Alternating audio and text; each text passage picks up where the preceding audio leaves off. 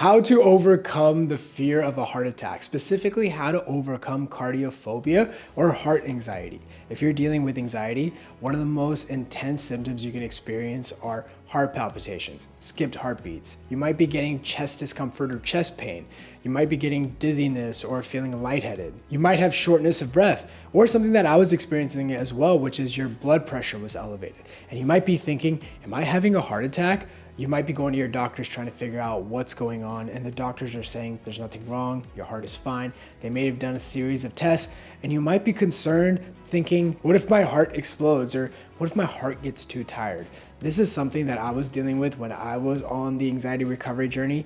My heart palpitations all started from a panic attack, and I didn't know what was going on. In this video, I want to share with you exactly what is going on so that you can focus on overcoming this. This is a video I wish I would have had when I was struggling with anxiety. So let's get it started. Now, first thing to mention is to make sure you've gotten everything ruled out by your doctor. Don't use these videos or any other videos on the internet to self-diagnose or try to identify. Believe it or not, figuring out if you have a heart condition is actually very effective in today's day and age. Doctors are very good at identifying it. And the last thing you need to do is try to self-diagnose or play doctor yourself. Make sure you've gotten everything ruled out by your doctor before watching videos like these. That being said, if this video really resonates with you and you want to have more information on the recovery journey and overcoming this, make sure to check the description box below. There's a bunch of great resources to help you begin your recovery journey. That being said, it's often worth asking, how does all of this start? Well, anxiety sufferers often feel like their cardiophobia or their heart anxiety comes out of nowhere.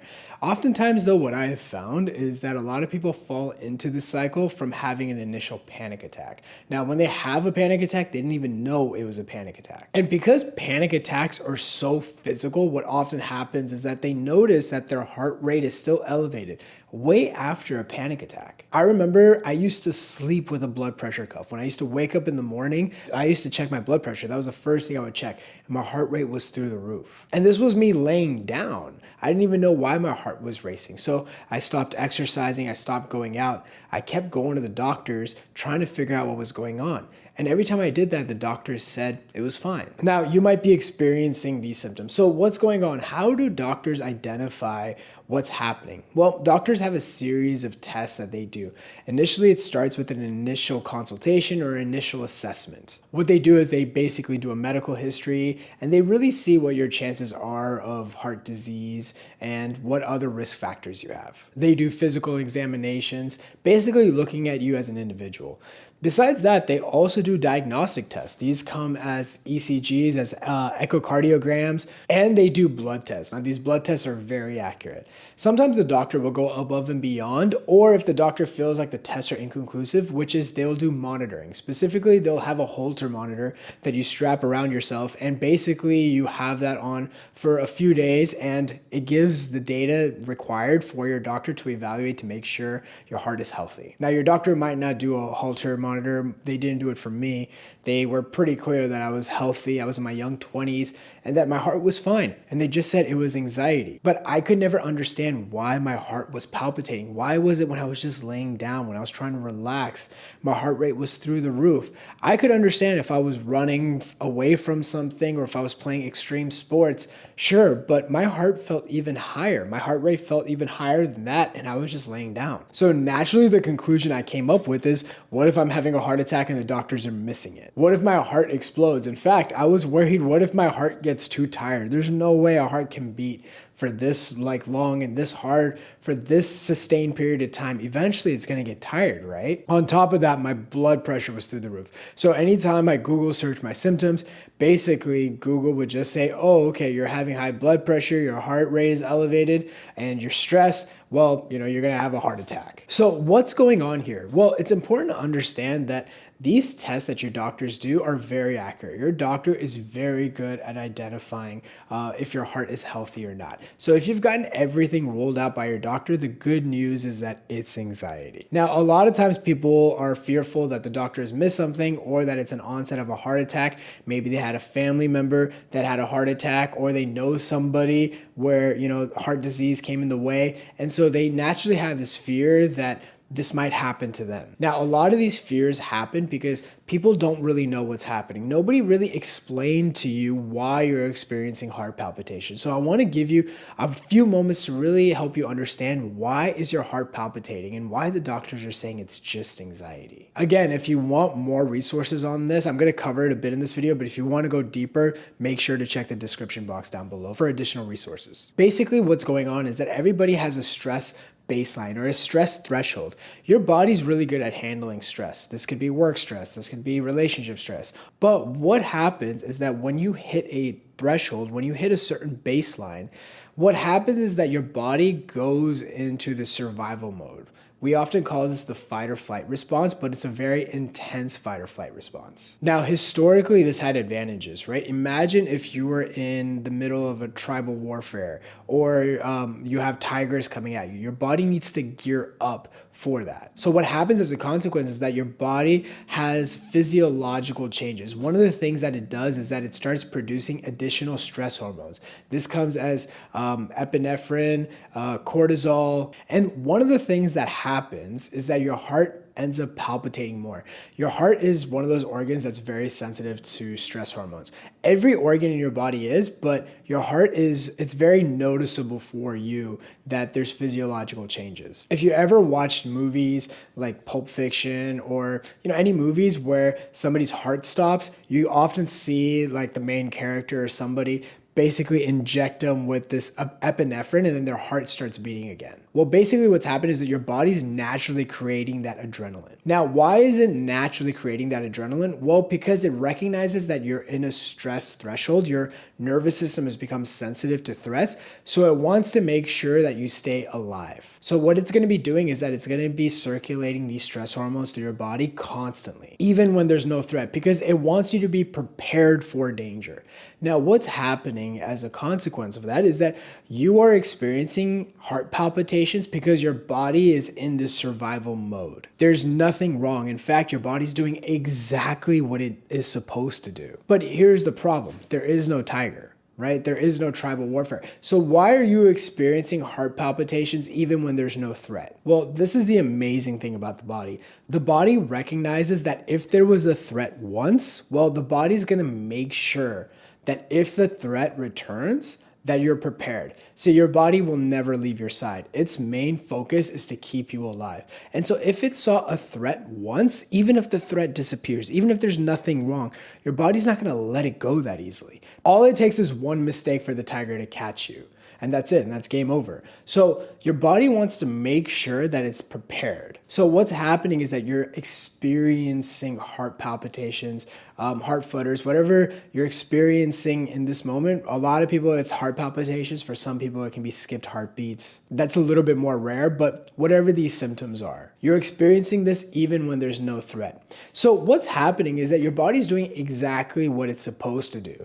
Now, something interesting is also going on in the background. While you're experiencing these physical symptoms like heart palpitations, one of the things that's also happening is that your brain is coming up with worst case scenarios as a way to protect you. See, your body will have physiological changes, but your thoughts are also going to change as a consequence. So if you're in the survival state, if you're in a stress response where there's actual danger, your mind's going to be coming up with scenarios in order to protect you. So it's going to start thinking of worst case scenarios. The example I like to give is your mind comes up with all these bad case scenarios, grabs the scariest one and magnifies it. This is a protective mechanism. It wants to make sure that you're looking at things as the worst case scenario so that you can prepare for it. So what's the natural conclusion if you're feeling heart palpitations? There's no tiger, there's nothing wrong, and you're naturally scared of it, even when you're just laying down and no one's giving you an answer for what's going on. Well, the natural conclusion is that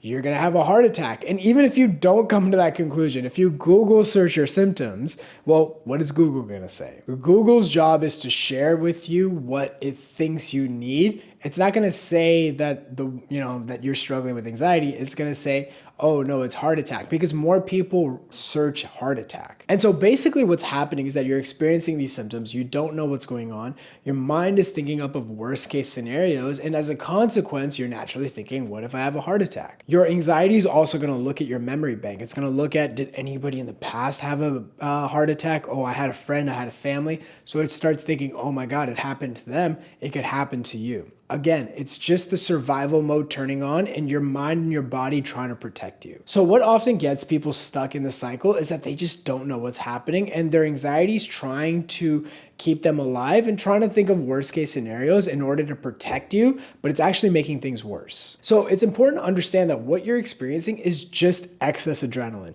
There's nothing crazy complicated. There's no crazy story that the doctor is missing anything. It's simply just your body's producing excess adrenaline. And so what do you do here?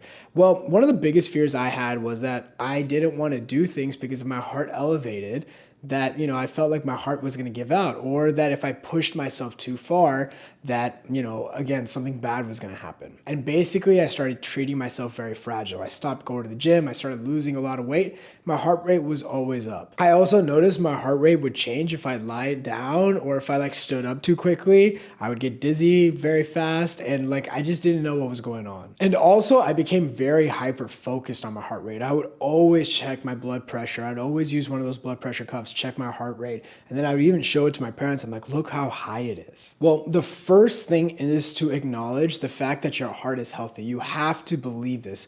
Look, if you've gotten everything ruled out by your doctors, if you've gone to several doctors and they're telling you it's anxiety and there's nothing wrong, the issue now is not your heart, is that you're having intrusive thoughts that you're too identified with. Your intrusive thoughts are telling you, oh, the doctor missed something, and you're believing the trick. So you have to first acknowledge that there's nothing wrong with your heart. Sure, your heart is still going to be pumping a little bit harder. It's going to be having more palpitations, but deep down, inherently, your heart is healthy. Now, the second thing to do, which is really hard to do, is stop checking your heart rate. I know a lot of people are very hyper-focused on their heart rate. Is it up? Is it down? But really what I'm going to say is let the heart beat as hard as it wants. If your heart rate wants to go 120, let it go. If it wants to go higher, that's fine. If it wants to come back lower, let it. Don't try to fix it. See, you've been checking your heart rate with the idea that if the heart rate's up, okay, maybe I can do something to lower the heart rate. You don't need to do anything about the heart. The heart can take care of itself.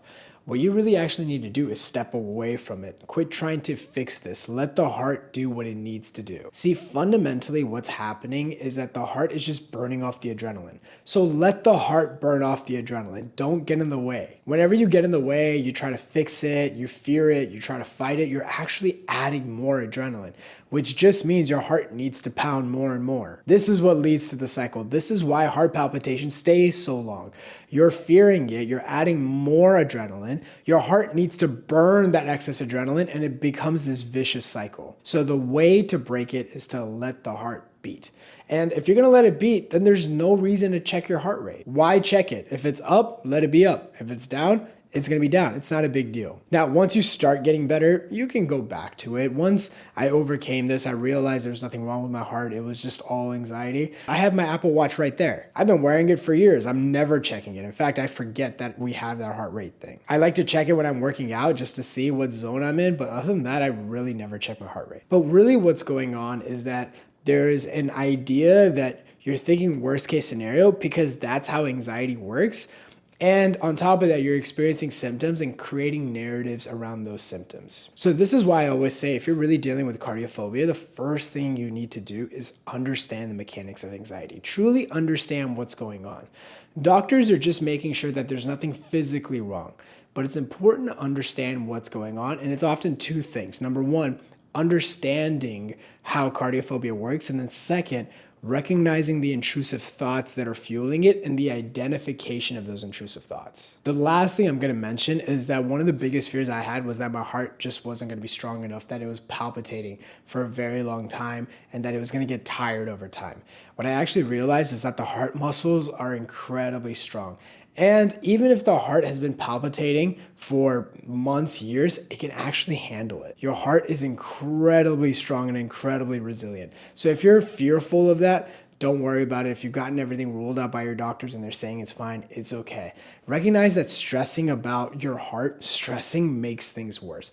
Let your heart burn off the adrenaline and you will see the heart calms down by itself. And your focus will shift. You won't always be focused on your heart. Just let yourself live and just tell yourself anytime your heart's palpitating or you're feeling breathless or you feel like your blood pressure's up, it's just anxiety burning itself off. I hope this makes sense. It's one of the most common symptoms anxiety sufferers have, and it is often very much connected when they're experiencing panic attacks. If you really want to know more on the recovery journey, I highly recommend checking out some videos on this channel to help you on the journey. Stay strong.